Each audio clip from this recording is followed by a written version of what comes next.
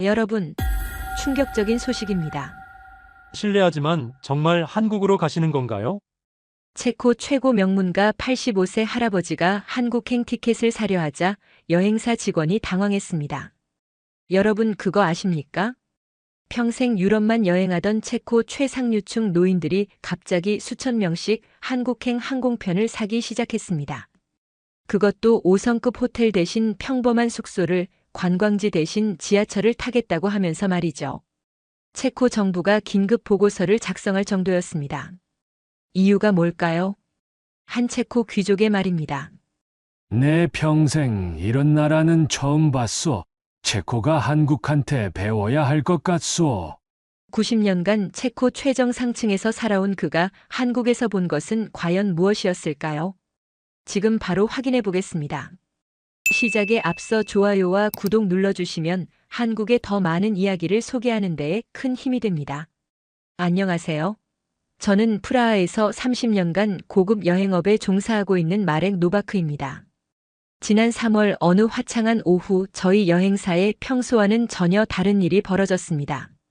체코 최고 재벌가의 회장님이신 76세 할아버지께서 직접 방문하셨는데 요청하신 내용이 너무 의외였습니다. 그분은 평생 스위스 별장과 오스트리아 온천만 다니시던 분이었습니다. 그런데 갑자기 한국으로 가고 싶다고 하시는 겁니다. 그날 이후 일주일 동안 비슷한 요청이 폭주했습니다.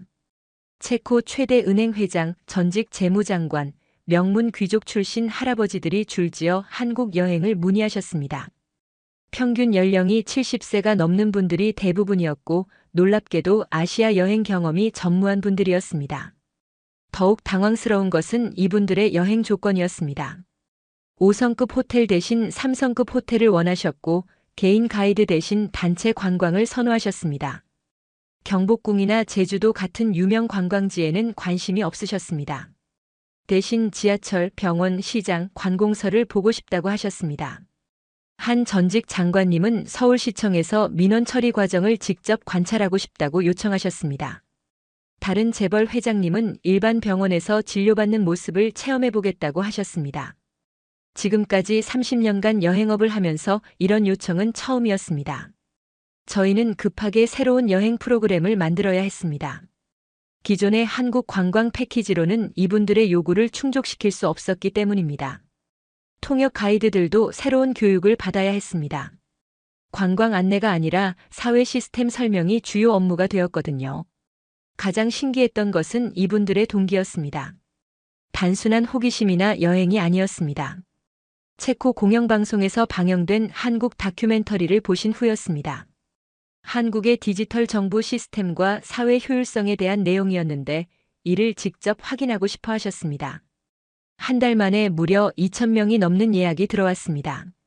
체코 전체 연간 한국 방문객의 3배에 해당하는 숫자였습니다. 프라하 시내 모든 고급 여행사가 비슷한 상황이었습니다. 우리는 서로 정보를 공유하며 이 전례 없는 상황에 대응해야 했습니다. 예약하신 분들의 신분을 확인해 보니 더욱 놀라웠습니다. 체코 사회의 최상위층이 총출동한 것이었습니다.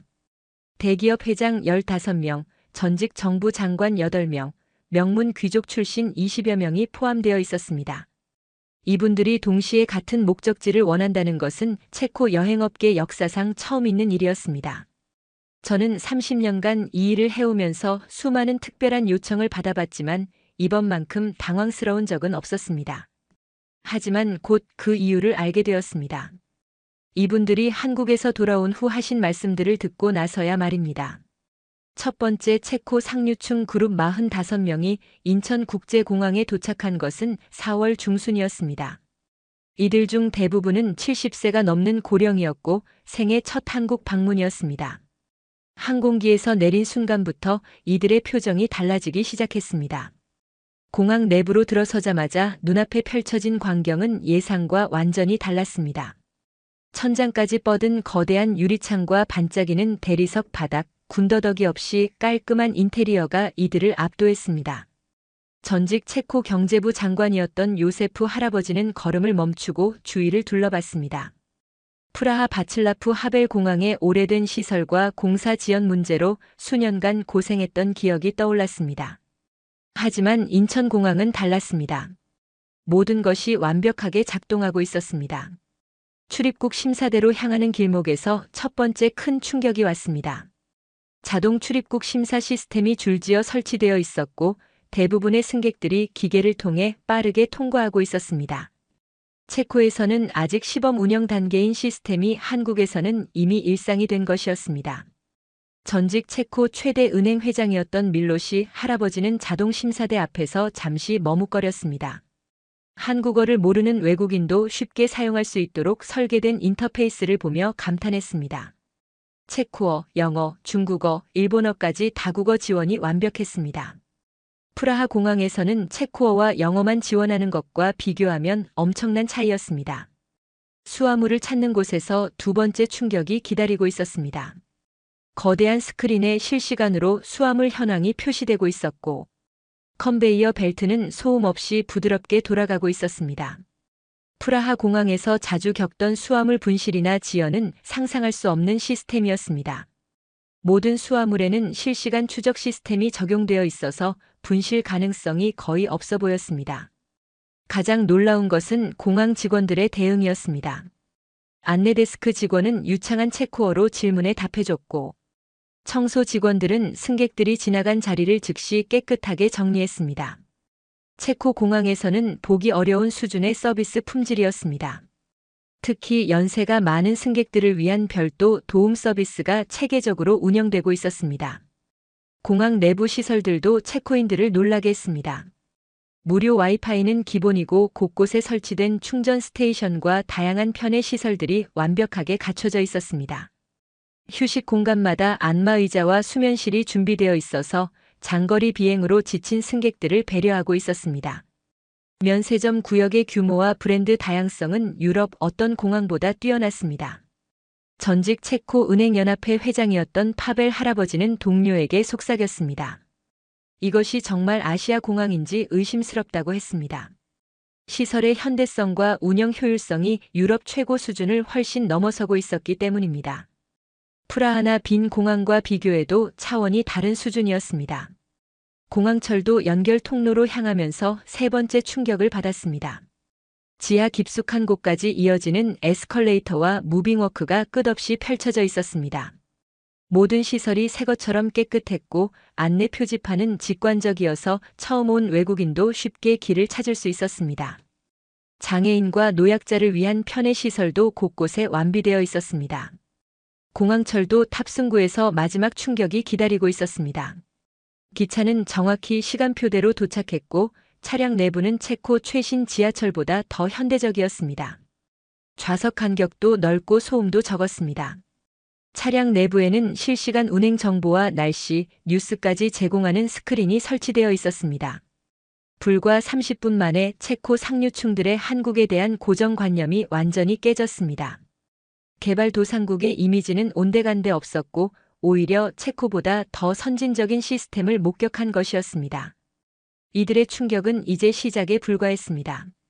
앞으로 겪게 될 경험들은 더욱 놀라운 것들이었기 때문입니다.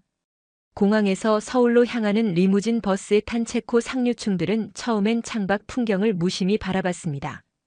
하지만 인천대교에 진입하는 순간부터 이들의 시선이 집중되기 시작했습니다. 다리 위에서 바라본 인천항의 규모가 프라하 엘베강 항구를 능가하는 수준이었기 때문입니다. 전직 체코 교통부 장관이었던 얀 할아버지는 창문에 얼굴을 바짝 붙이고 항구 시설들을 관찰했습니다. 크레인들이 질서정연하게 늘어선 모습과 컨테이너들의 체계적인 배치는 체코 항구 관리 시스템과 비교해도 전혀 뒤지지 않았습니다. 오히려 더 현대적이고 효율적으로 보였습니다. 24시간 무중단으로 돌아가는 자동화 시스템의 규모는 상상을 초월했습니다. 서울 시내로 진입하면서 첫 번째 놀라움이 시작됐습니다. 고층 아파트 단지들이 끝없이 이어지는 모습은 체코에서는 볼 수 없는 광경이었습니다. 하지만 더 놀라운 것은 이 거대한 주거 단지들 사이사이에 공원과 녹지가 체계적으로 배치되어 있다는 점이었습니다. 프라하의 무질서한 도시 확장과는 완전히 다른 계획적인 도시 설계였습니다. 전직 체코 최대 건설회사 회장이었던 토마시 할아버지는 아파트 단지의 규모에 감탄했습니다. 수만 명이 거주하는 거대한 주거 단지가 하나의 완성된 도시처럼 설계되어 있었습니다. 상업시설, 학교, 병원, 공원이 모두 도보거리에 배치된 계획 도시의 모습이었습니다. 체코에서는 주거와 상업지역이 분리되어 불편함이 많았는데 한국은 달랐습니다. 도로로 시선을 돌리자 또 다른 충격이 기다리고 있었습니다. 교통량이 많음에도 불구하고 차량들이 규칙적으로 흐르고 있었습니다. 프라하 시내에서도 보기 어려운 수준의 질서정연함이었습니다. 차선 변경도 체계적이고 신호등 체계도 효율적으로 운영되고 있었습니다. 지능형 교통 시스템이 실시간으로 교통 흐름을 조절하고 있다는 것을 알 수 있었습니다. 가장 인상적인 것은 대중교통과 일반 차량의 조화였습니다. 버스 전용 차로가 완벽하게 분리되어 있었고 버스들은 정확한 시간에 정류장에 도착했습니다. 체코에서도 이런 수준의 대중교통 시스템을 구축하지 못한 도시들이 많았습니다. 특히 러시아워 시간임에도 불구하고 극심한 정체 없이 원활하게 흐르는 교통 상황은 놀라웠습니다. 전직 체코 은행연합회 회장이었던 루드비크 할아버지는 동료에게 속삭였습니다. 서울의 인구 밀도를 고려하면 이 정도의 교통 질서는 기적에 가깝다고 했습니다. 프라하나 브루노 같은 체코 대도시에서도 러시아어에는 극심한 정체가 발생하는데 서울은 달랐습니다. 체계적인 교통관리 시스템의 힘을 느낄 수 있었습니다. 지하철 입구와 버스 정류장 주변의 모습도 체코인들을 놀라게 했습니다. 시민들이 질서정연하게 줄을 서서 기다리고 있었고 버스나 지하철이 도착하면 먼저 내리는 사람들을 배려한 후 탑승했습니다. 이런 시민의식은 체코에서도 모범적인 수준이었습니다. 특히 노약자나 임산부에 대한 자연스러운 배려는 인상적이었습니다. 도로 주변 상업지구의 모습도 놀라웠습니다. 간판들이 체계적으로 관리되고 있었고 건물들의 외관도 일정한 수준을 유지하고 있었습니다. 프라하 구시가지를 제외하면 무질서하게 늘어선 간판들로 도시 미관이 훼손되는 곳이 많은데 서울은 달랐습니다. 도시 전체가 하나의 통일된 디자인 개념으로 관리되고 있었습니다. 특히 놀라운 것은 보행자 중심의 도로 설계였습니다. 횡단보도마다 시각장애인을 위한 음성 안내 시설이 설치되어 있었고 보도와 차도의 분리도 완벽했습니다. 휠체어 이용자를 위한 경사로도 곳곳에 설치되어 있어 체코의 장애인 도시 설계 기준을 뛰어넘는 수준이었습니다. 사회적 약자에 대한 배려가 도시 설계 곳곳에 스며들어 있었습니다. 한강을 건너는 다리에서 바라본 서울 시내의 야경은 체코인들에게 마지막 충격을 안겨줬습니다. 한강 양쪽으로 펼쳐진 고층 빌딩들의 조명이 질서정연하게 반짝이고 있었습니다. 프라하나 브루노의 도심보다 훨씬 웅장하고 현대적인 모습이었습니다. 도시 전체가 하나의 거대한 예술 작품처럼 보였습니다. 둘째 날 오전 9시 체코 상류층 그룹은 명동역에서 지하철 체험에 나섰습니다. 대부분 평생 개인 차량이나 전용기만 이용하던 이들에게 지하철은 낯선 경험이었습니다. 하지만 호기심이 두려움을 압도했습니다. 한국의 대중교통 시스템을 직접 확인하고 싶었기 때문입니다. 지하철 입구에서부터 첫 번째 놀라움이 시작됐습니다. 에스컬레이터가 깊숙한 지하까지 이어져 있었고 모든 시설이 새 것처럼 깨끗했습니다. 프라하 지하철의 어둡고 습한 분위기와는 완전히 달랐습니다. 특히 장애인과 노약자를 위한 엘리베이터가 모든 역에 설치되어 있다는 점이 인상적이었습니다. 체코에서는 오래된 지하철역에 이런 시설이 없는 곳이 많았기 때문입니다. 전직 체코 사회부 장관이었던 바칠라프 할아버지는 지하철 승강장에 도착하자마자 감탄했습니다. 승강장 전체가 밝은 조명으로 환하게 밝혀져 있었고 바닥은 대리석처럼 반짝였습니다. 프라하 지하철의 어두침침한 분위기와는 천지 차이였습니다. 승강장 곳곳에 설치된 의자들도 편안해 보였고 공기순환 시스템도 완벽했습니다. 가장 놀라운 것은 안내 시스템이었습니다. 전광판에 체코어, 영어, 중국어, 일본어로 다음 열차 도착 시간이 정확하게 표시되고 있었습니다. 체코 지하철에서는 자주 경험하는 지연이나 운행 중단 안내는 찾아볼 수 없었습니다. 모든 것이 시계처럼 정확하게 돌아가고 있었습니다. 실시간 운행 정보 시스템의 정확성은 놀라울 정도였습니다. 승강장 바닥에 그려진 승차 대기선도 체코인들을 놀라게 했습니다. 시민들이 자연스럽게 줄을 서서 기다리고 있었고 열차가 도착하면 먼저 내리는 승객들을 위해 양쪽으로 비켜섰습니다. 이런 질서 의식은 체코에서도 모범 사례로 꼽을 만한 수준이었습니다.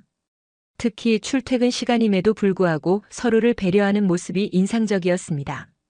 지하철이 도착하자 두 번째 충격이 왔습니다. 차량 외관이 체코 최신 지하철보다 더 현대적이었습니다. 매끄러운 디자인과 깨끗한 외관은 마치 고급 승용차를 연상시켰습니다. 문이 열리는 순간 차량 내부의 모습은 더욱 놀라웠습니다. 공기조화 시스템이 완벽하게 작동하고 있었고 소음도 거의 들리지 않았습니다. 내부는 넓고 쾌적했습니다. 좌석 배치도 합리적이었고 손잡이와 안전시설들이 체계적으로 설치되어 있었습니다. 특히 노약자석과 장애인석이 명확하게 구분되어 있었고 실제로 젊은 승객들이 자연스럽게 양보하는 모습을 볼 수 있었습니다. 이런 배려 문화는 체코 사회에서도 본받을 만한 수준이었습니다. 전직 체코 최대 제조업체 회장이었던 미로슬라프 할아버지는 차량 내부의 청결함에 감탄했습니다. 바닥에 휴지나 쓰레기가 전혀 보이지 않았고 좌석도 새 것처럼 깨끗했습니다. 프라하 지하철에서 자주 보는 낙서나 파손된 시설은 찾아볼 수 없었습니다. 시민들의 공공시설에 대한 애호가 느껴졌습니다. 가장 인상적인 것은 승객들의 매너였습니다. 대화를 나누더라도 목소리를 낮췄고 대부분 조용히 스마트폰을 보거나 책을 읽고 있었습니다. 시끄러운 통화나 음식물 섭취 같은 민폐 행위는 전혀 보이지 않았습니다. 이런 시민의식은 체코 대도시에서도 보기 어려운 수준이었습니다. 공공장소에서의 에티켓이 자연스럽게 몸에 배어 있었습니다. 지하철 운행의 정확성도 놀라웠습니다. 시간표대로 정확히 도착하고 출발했으며 역간 이동 시간도 예측 가능했습니다. 체코 지하철에서 자주 겪는 신호 고장이나 예상치 못한 지연은 상상할 수 없는 일이었습니다. 철도 시스템의 신뢰성이 일상생활의 질을 얼마나 높이는지 실감할 수 있었습니다. 환승역에서 세 번째 충격을 받았습니다. 여러 노선이 만나는 복잡한 구조임에도 불구하고 안내 표지판이 직관적이어서 길 찾기가 쉬웠습니다. 체코어 표기도 정확했고 색깔별 노선 구분도 체계적이었습니다. 프라하 중앙역의 복잡한 환승 시스템보다 훨씬 이용하기 편했습니다. 외국인도 쉽게 이용할 수 있도록 배려한 설계가 돋보였습니다. 지하철역 내 편의 시설들도 체코인들을 놀라게 했습니다. 깨끗한 화장실, 편의점, 약국, 심지어 은행까지 완벽하게 갖춰져 있었습니다. 지하철역이 단순한 교통시설이 아니라 하나의 생활 공간으로 설계되어 있다는 것을 알 수 있었습니다. 특히 무료로 이용할 수 있는 와이파이와 충전 시설은 인상적이었습니다. 셋째 날 오전 예상치 못한 일이 발생했습니다. 체코 그룹 중 한 명인 전직 체코 중앙은행 이사였던 프란티셰크 할아버지가 갑작스런 어지럼증과 가슴 답답함을 호소한 것입니다. 74세의 고령인 그는 평소 고혈압과 당뇨 병력이 있어서 동행자들이 크게 걱정했습니다. 가이드는 즉시 서울 아산병원으로 향했습니다. 체코인들은 응급실에 도착하기 전까지 걱정이 앞섰습니다. 외국인이 한국 병원에서 제대로 된 치료를 받을 수 있을지 의구심이 있었기 때문입니다. 체코에서도 응급실은 항상 혼잡하고 대기 시간이 길었습니다. 하지만 병원에 도착한 순간부터 그들의 생각은 완전히 바뀌었습니다. 응급실 입구에서부터 첫 번째 놀라움이 시작됐습니다.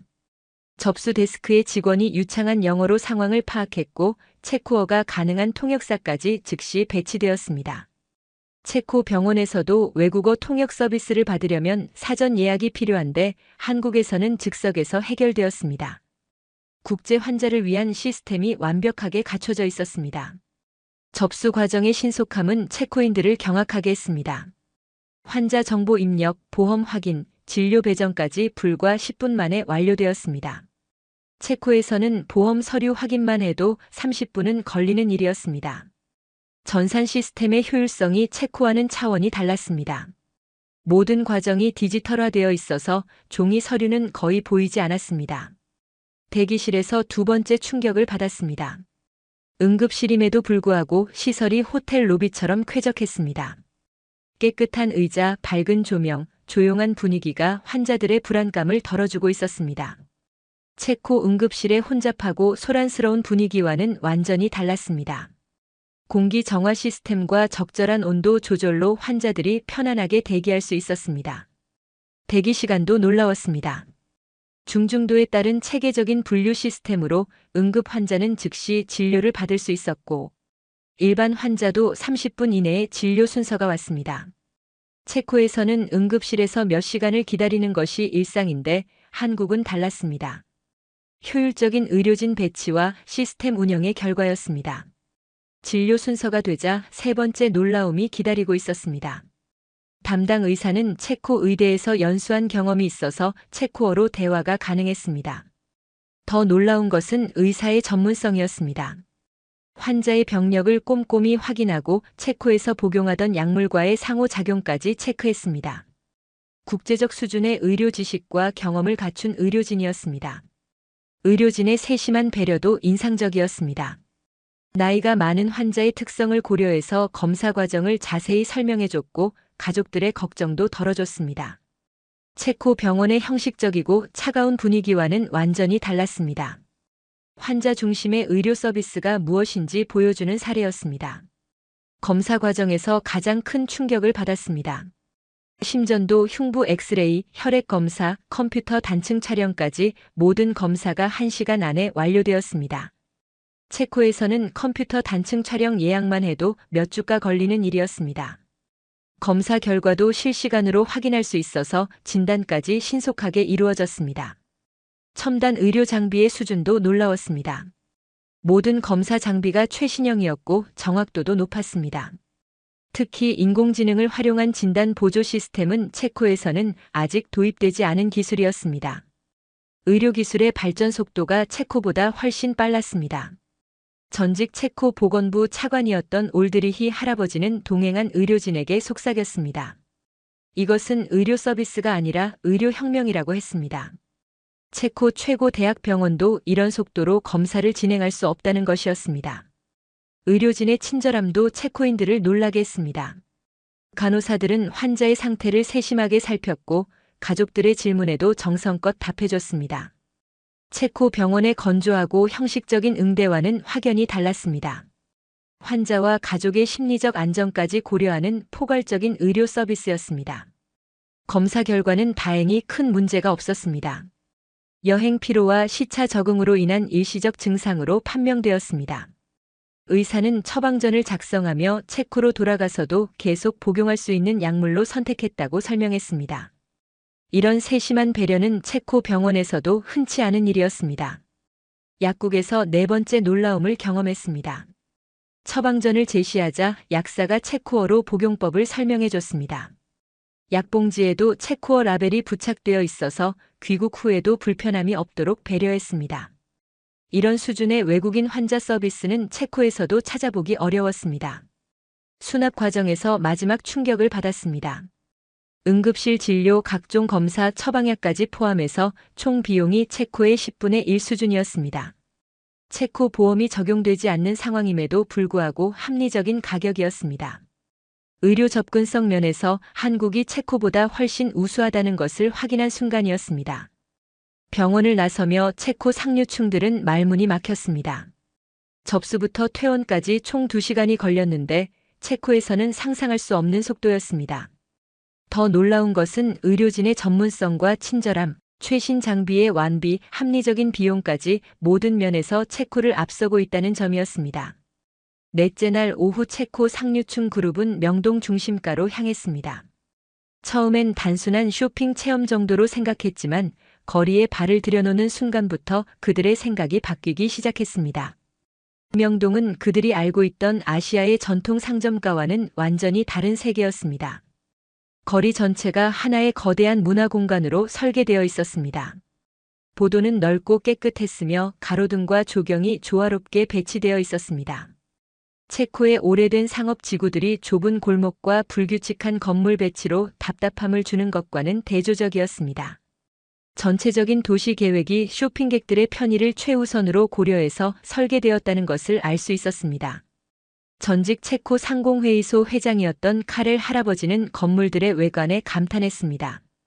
각 브랜드의 개성을 살리면서도 전체적인 조화를 잃지 않는 설계가 인상적이었습니다. 프라하 바칠라프 광장의 혼재된 건축 양식과 비교하면 훨씬 체계적이고 세련되었습니다. 상업 지구 전체가 하나의 통일된 컨셉으로 관리되고 있었습니다. 첫 번째 충격은 화장품 매장에서 왔습니다. 단순히 제품을 진열해 놓은 것이 아니라 각 매장이 하나의 테마파크처럼 꾸며져 있었습니다. 고객들이 직접 체험할 수 있는 공간, 전문 상담사의 맞춤 서비스, 심지어 작은 카페까지 갖춘 복합 문화 공간이었습니다. 체코 화장품 매장의 단순한 진열과 비교하면 차원이 달랐습니다. 한국 매장들은 쇼핑을 하나의 엔터테인먼트로 승화시켰습니다. 고객들이 단순히 물건을 사는 것이 아니라 경험을 구매하도록 만든 것입니다. 각 층마다 다른 테마로 꾸며져 있었고 고객들은 마치 놀이공원을 탐험하듯 매장을 돌아다녔습니다. 쇼핑 자체가 하나의 문화 활동이 된 것입니다. 의류 매장에서 두 번째 놀라움을 경험했습니다. 매장 직원들의 서비스 수준이 체코 최고급 백화점을 능가했습니다. 고객 한 명 한 명에게 개인 스타일리스트가 배정되어 맞춤형 코디네이션을 제공했습니다. 체코에서는 최고급 매장에서나 제공되는 서비스가 일반화되어 있었습니다. 직원들의 전문성도 놀라웠습니다.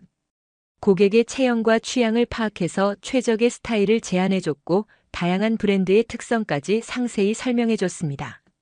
단순히 옷을 파는 것이 아니라 라이프 스타일을 제안하고 있었습니다. 각 브랜드마다 고유한 스토리와 컨셉이 있었고 고객들은 그 이야기의 일부가 되고 싶어 했습니다. 음식점에서 세 번째 충격을 받았습니다. 길거리 음식부터 고급 레스토랑까지 모든 것이 체계적으로 관리되고 있었습니다. 위생 수준은 체코 기준을 완전히 충족했고 맛과 서비스 품질도 뛰어났습니다. 특히 각 음식점마다 독특한 컨셉과 분위기를 가지고 있다는 점이 인상적이었습니다. 체코의 획일적인 레스토랑 문화와는 완전히 달랐습니다. 한국에서는 식사 자체가 하나의 문화 체험이었습니다. 음식의 맛뿐만 아니라 분위기, 서비스, 심지어 인테리어까지 모든 것이 고객의 만족을 위해 설계되어 있었습니다. 음식점들도 각각의 독특한 브랜드 아이덴티티를 가지고 있었습니다. 가장 놀라운 것은 디지털 기술의 활용이었습니다. QR코드를 이용한 주문 시스템, 실시간 재고 확인, 개인 맞춤형 추천 서비스까지 모든 것이 디지털로 연결되어 있었습니다. 체코 상점들이 아직도 수기로 처리하는 업무들과 비교하면 10년은 앞서 있었습니다. 고객 데이터를 활용한 맞춤형 서비스는 놀라운 수준이었습니다. 전직 체코 디지털 경제협회 회장이었던 페트르 할아버지는 동료들에게 말했습니다. 한국은 소비를 단순한 거래가 아닌 하나의 산업으로 발전시켰다고 했습니다. 쇼핑 자체가 엔터테인먼트이자 문화 활동이 된 것입니다. 고객 경험을 극대화하는 모든 요소들이 체계적으로 결합되어 있었습니다. 고객들의 행동 양식도 체코인들을 놀라게 했습니다. 젊은 고객들은 스마트폰으로 가격을 비교하고 사회관계망 서비스에 구매 후기를 올리며 친구들과 정보를 공유했습니다. 소비가 개인적인 행위가 아니라 사회적인 활동으로 발전한 것입니다. 디지털 네이티브 세대의 새로운 소비 문화였습니다. 명동 성당 앞 광장에서 바라본 명동 전체의 모습은 체코인들에게 마지막 충격을 안겼습니다. 수십만 명의 사람들이 질서정연하게 움직이고 있었고 모든 상점들이 활기차게 운영되고 있었습니다. 이런 규모의 상업지구가 이렇게 체계적으로 관리되는 것은 유럽에서도 찾아보기 어려웠습니다. 거리 곳곳에서 벌어지는 문화 공연과 이벤트들도 인상적이었습니다. 상업과 문화가 자연스럽게 어우러져 시너지를 만들어내고 있었습니다. 체코의 딱딱한 상업 문화와는 완전히 다른 접근법이었습니다. 쇼핑 지구가 단순한 소비 공간이 아니라 문화와 예술이 살아 숨쉬는 공간으로 발전한 것입니다. 체코로 돌아온 상류층들이 입을 열기 시작하자 체코 사회 전체가 충격에 빠졌습니다. 평생 체코의 우수성을 신봉하던 최고 권력층들이 한국을 극찬하기 시작한 것입니다. 결국 체코 정부는 긴급 보고서까지 작성해야 하는 상황에 이르렀습니다. 5월 초 한국을 다녀온 체코 상류층들이 프라하로 돌아왔습니다. 공항에서부터 이들의 표정은 사뭇 달라 보였습니다. 평소 유럽 중심의 사고를 가졌던 이들이 완전히 다른 시각을 갖게 된 것이었습니다. 그리고 이들이 입을 열기 시작하면서 체코 사회에 엄청난 파장이 일어났습니다. 첫 번째 폭탄은 전직 체코 재무장관이었던 보우밀 할아버지가 터뜨렸습니다. 프라하 정계 모임에서 그는 한국의 디지털 정부 시스템이 체코보다 최소 10년은 앞서 있다고 공개적으로 발언했습니다. 체코 정치계는 발칵 뒤집혔습니다. 평생 체코 제일주의를 외쳐온 인물의 입에서 나온 말이었기 때문입니다. 체코 언론들이 움직이기 시작했습니다. 프라하 일간지는 체코 엘리트들의 한국 쇼크라는 제목으로 일면을 장식했습니다. 주요 시사주간지는 아시아에서 배우는 체코 지도층이라는 특집 기사를 연재했습니다. 체코 공영방송은 한국 모델 분석 심층 보도를 시작했습니다. 두 번째 충격은 전직 체코 최대 자동차 회사 최고 경영자였던 얀 할아버지에게서 나왔습니다. 체코 자동차 산업계 모임에서 그는 한국의 대중교통 시스템이 체코 고속도로보다 효율적이라고 발언했습니다. 자동차 강국 체코의 자존심이 한순간에 무너지는 순간이었습니다. 프라하와 브루노의 교통체증을 매일 겪는 체코 경제인들에게는 충격적인 증언이었습니다. 체코 자동차 업계 전체가 술렁이기 시작했습니다. 한국을 다녀온 기업인들이 모임마다 한국 경험담을 쏟아냈습니다. 인천공항의 자동화 시스템, 서울 지하철의 정시 운행, 병원 시스템의 신속함, 명동 상권의 디지털 혁신까지 모든 것이 구체적인 데이터와 함께 전해졌습니다. 가장 큰 파장은 의료계에서 일어났습니다. 전직 체코 보건부 차관이었던 올드리히 할아버지가 체코 의사협회 총회에서 한국 의료 시스템을 극찬했습니다. 체코에서 컴퓨터 단층 촬영 예약만 3주씩 기다려야 하는데 한국에서는 2시간 만에 모든 검사를 완료했다는 증언이 나오자 체코 의료계는 자성의 목소리를 내기 시작했습니다. 체코 의사들은 충격을 받았습니다.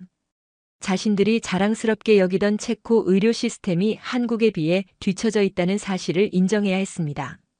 의료 효율성과 환자 서비스 면에서 한국이 압도적으로 앞서 있다는 증언이 계속 나왔기 때문입니다. 체코 정부도 더 이상 방관할 수 없었습니다.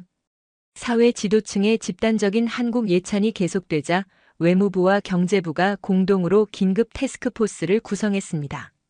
한국의 사회 시스템을 체계적으로 분석하고 체코가 벤치마킹할 수 있는 부분을 찾는 것이 목표였습니다. 체코 의회에서도 한국 관련 질의가 폭증했습니다. 야당 의원들은 정부의 디지털화 정책이 한국에 비해 얼마나 뒤처져 있는지 연일 추궁했습니다. 여당 의원들도 한국의 성공 사례를 체코에 즉시 도입할 방안을 요구했습니다. 프라하 의회는 한국 열풍으로 뜨거워졌습니다. 체코 시민들의 반응도 폭발적이었습니다. 한국을 다녀온 상류층들의 증언이 언론을 통해 연일 보도되자 일반 시민들도 한국에 대한 관심을 갖기 시작했습니다. 프라하와 브루노의 한국어 학원은 수강 신청자가 10배로 늘었고 한국 여행 상품 예약이 전년 대비 500% 급증했습니다. 체코 최대 서점들에서는 한국 관련 도서가 품절 사태를 빚었습니다. 한국 문화와 사회 시스템에 대한 관심이 폭발적으로 증가한 것입니다. 특히 한국의 디지털 정부와 스마트 시티에 관한 책들이 인기를 끌었습니다. 체코 사람들은 한국이 어떻게 이런 발전을 이룰 수 있었는지 궁금해했습니다. 체코 대학들도 움직이기 시작했습니다.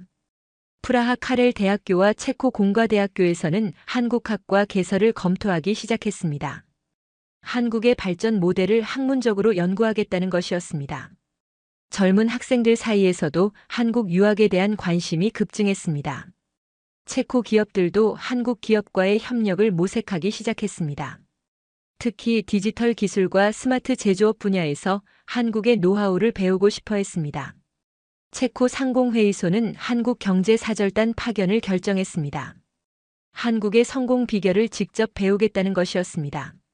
한국에서 돌아온 후 저희 여행사에는 신기한 일들이 계속 일어났습니다. 가장 놀라웠던 것은 한국을 다녀오신 분들이 지인들에게 경험담을 전하면서 새로운 문의가 쏟아졌다는 점입니다. 이번엔 더 젊은 층에서도 한국 여행 문의가 들어오기 시작했습니다. 특히 인상적이었던 것은 한국을 다녀오신 할아버지들의 변화된 모습이었습니다. 평소 보수적이고 유럽 중심적 사고를 가지셨던 분들이 한국에 대해서만큼은 완전히 다른 반응을 보이셨습니다. 지인들을 만날 때마다 한국 이야기를 하셨고 한국 제품이나 음식에도 관심을 보이셨습니다. 전직 재무장관이셨던 보우밀 할아버지는 저희 여행사에 다시 방문하셔서 말씀하셨습니다. 한국에서 본 것들이 자꾸 생각난다고 하셨습니다. 특히 시민들의 질서의식과 사회 시스템의 효율성이 인상 깊었다고 반복해서 말씀하셨습니다. 체코도 한국처럼 될 수 있을 것 같다고 하시던 모습이 기억에 남습니다. 체코 최대 은행 회장이셨던 밀로시 할아버지는 더욱 구체적인 반응을 보이셨습니다. 한국의 디지털 뱅킹 시스템이 체코보다 훨씬 편리하다고 하시며 체코 은행들도 배워야 한다고 말씀하셨습니다. 실제로 몇 달 후 그 은행에서 한국 핀테크 기업과 협력을 검토한다는 소식을 들었습니다. 가장 감동적이었던 것은 병원에서 치료받으셨던 프란티셰크 할아버지의 말씀이었습니다. 한국 의료진들의 친절함과 전문성을 잊을 수 없다고 하시며 한국 사람들의 따뜻한 마음을 느꼈다고 하셨습니다. 언어가 통하지 않는 외국인을 그렇게 세심하게 배려해주는 나라는 정말 대단하다고 말씀하셨습니다. 저희 여행사로는 예상치 못한 변화도 있었습니다. 한국 여행 문의가 꾸준히 늘어나면서 한국 전담 직원을 따로 두게 되었습니다. 기존의 관광 위주 패키지가 아닌 사회 탐방형 여행 상품도 새로 만들어야 했습니다. 30년 여행업을 하면서 이런 경험은 처음이었습니다. 무엇보다 놀라웠던 것은 이분들이 한국에 대해 이야기할 때의 진정성이었습니다. 단순히 좋았다는 표현이 아니라 구체적인 경험을 바탕으로 한국의 우수함을 설명하셨습니다. 공항시설, 교통시스템, 의료 서비스, 시민의식까지 모든 면에서 체코가 배울 점이 많다고 하셨습니다. 한국을 다녀오신 후 이분들의 한국에 대한 애정은 계속 이어졌습니다. 한국 음식점을 찾아가시거나 한국 제품을 구입하시는 모습을 자주 보게 되었습니다. 한국 문화에 대한 관심도 높아져서 한국 영화나 드라마에 대해서도 문의하시는 분들이 늘었습니다. 몇 달이 지난 지금도 그때의 여행이 이분들에게 큰 인상을 남겼다는 것을 느낍니다. 지인들을 만날 때마다 한국 이야기를 하시고 한국의 발전된 모습을 자랑스럽게 얘기하시는 모습을 보면 저도 뿌듯합니다. 한국이 정말 대단한 나라구나 하는 생각이 듭니다. 30년간 여행업에 종사하면서 고객들이 여행 후에 이렇게 지속적인 관심과 애정을 보이는 경우는 드물었습니다. 대부분 여행은 일회성 경험으로 끝나는데 한국은 달랐습니다. 이분들에게 한국은 단순한 여행지가 아니라 배움의 대상이 되었습니다. 저 역시 이분들의 이야기를 들으며 한국에 대해 새롭게 알게 되었습니다. 아시아의 한 나라 정도로만 생각했던 한국이 이렇게 발전된 사회 시스템을 가지고 있다는 것이 놀라웠습니다. 언젠가 저도 직접 한국을 방문해서 이분들이 경험한 것들을 확인해 보고 싶습니다. 결국 이 모든 일은 한국이 얼마나 훌륭한 나라인지를 보여주는 사례가 되었습니다. 세계 어디에 내놓아도 부끄럽지 않은 시설과 시스템, 그리고 무엇보다 따뜻한 사람들의 마음이 있는 나라라는 것을 체코 최고 지도층들이 직접 증명해 주었습니다.